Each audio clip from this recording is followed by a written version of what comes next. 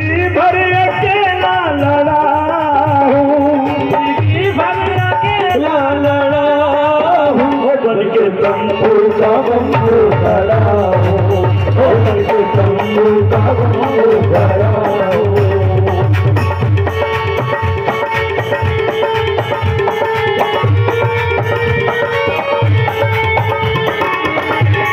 और सुनिए, बहुत गायक, बहुत समाज सेवक, बहुत नेता लोग कहते हैं कि मुझे पढ़े लिखे लोगों ने धोखा दिया। बाबा साहब ने कहा, तो मंच पर बैठे हुए पढ़े लिखे लोगों के दिल को बड़ी ठेस पहुंचती है।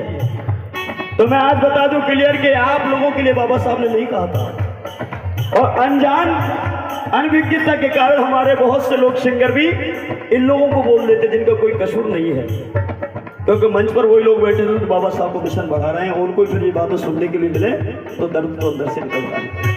बाबा साहब ने कहा था 16 उन आदमियों के लिए जो विदेश भेजा था बाबा साहब ने 16 लोगों को कि तुम जाओ और पढ़ के आओ और एक अम्बेडकर जैसे 16 अम्बेडकर पैदा हो जाएंगे तो देश के अंदर गरीबी एक दिन में मिट जाएगी। लेकिन 16 लोगों में से 14 विदेश में बस गए, 2 वापस आए और 2 जो वापस आए वो टीवी और बीवी में मस्त हो गए। इसलिए बाबा साहब ने कहा कि मुझे पढ़े लिखे लोगों ने धोखा दिया।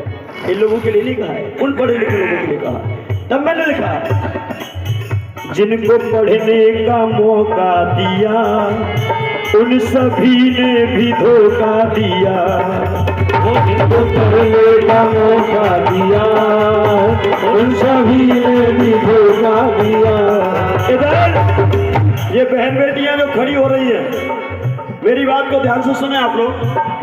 अगर यहाँ राम कृष्ण सीता रुक्मणी चीर हरण द्रौपदी हरण नरसिंह भाव या रामलीला रावण वध के कई संवाद होता तो तुम यहाँ बैठती, और कन्हैया का जन्म होता तो माँ भर लाली लिपस्टिक लगा के यहाँ नाचती भी और पैसा भी खर्च करती।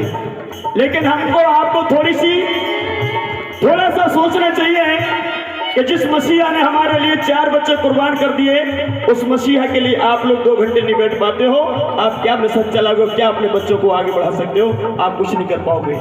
जिस मसीहा ने 4 बच्चे हमारे लिए कुर्बान किए, खुद सारी रातें जागा, उस मसीहा के लिए हमें एक रात अगर जाग जाएंगे तो कोई बड़ी बात नहीं हो जाएगी। तो आपसे निवेदन करना चाहता हूँ, ये बड़ी मुश्किल से प्रोग्राम होते हैं, ये बड़ी मुश्किल से प्रोग्राम होते हैं।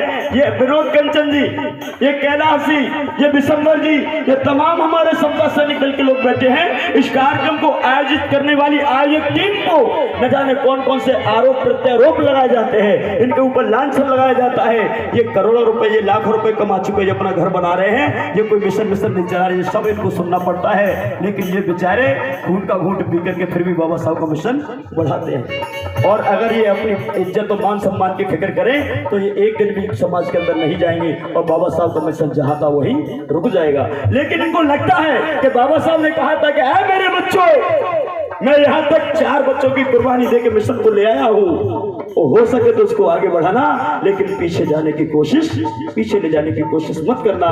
ये बात ये लोग याद करते हैं तब ये मिशन को आगे बढ़ा पाते हैं। तब मैंने कहा, जिनको पढ़ने का मौका दिया उन सभी ने भी धोखा दिया, जिनको पढ़ने का मौका दिया उन सभी ने भी धोखा दिया। बाबा साहब ने कहा, आत्मा में क्या कमी थी ये सोच रहा हूँ, क्या कमी थी सोच रहा हूँ, कौन सी कमी रह गई?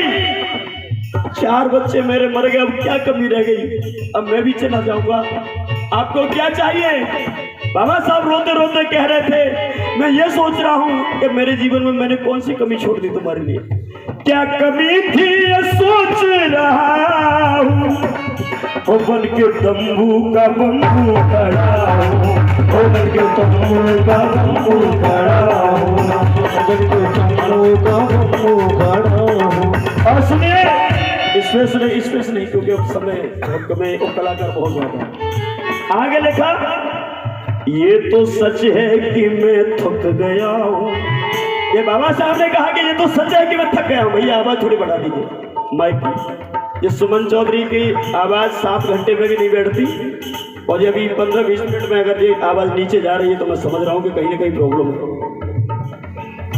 ये न सोचो कि मैं थक गया हूँ, ये न सोचो कि मैं थक गया हूँ, ये न समझो कि मैं रुक गया हूँ, ये न सोचो कि मैं थक गया हूँ, ये न सोचो कि मैं रुक गया हूँ। ये न समझो कि मैं थक गया हूँ, ये भी मत सोचो कि मैं रुक गया हूँ।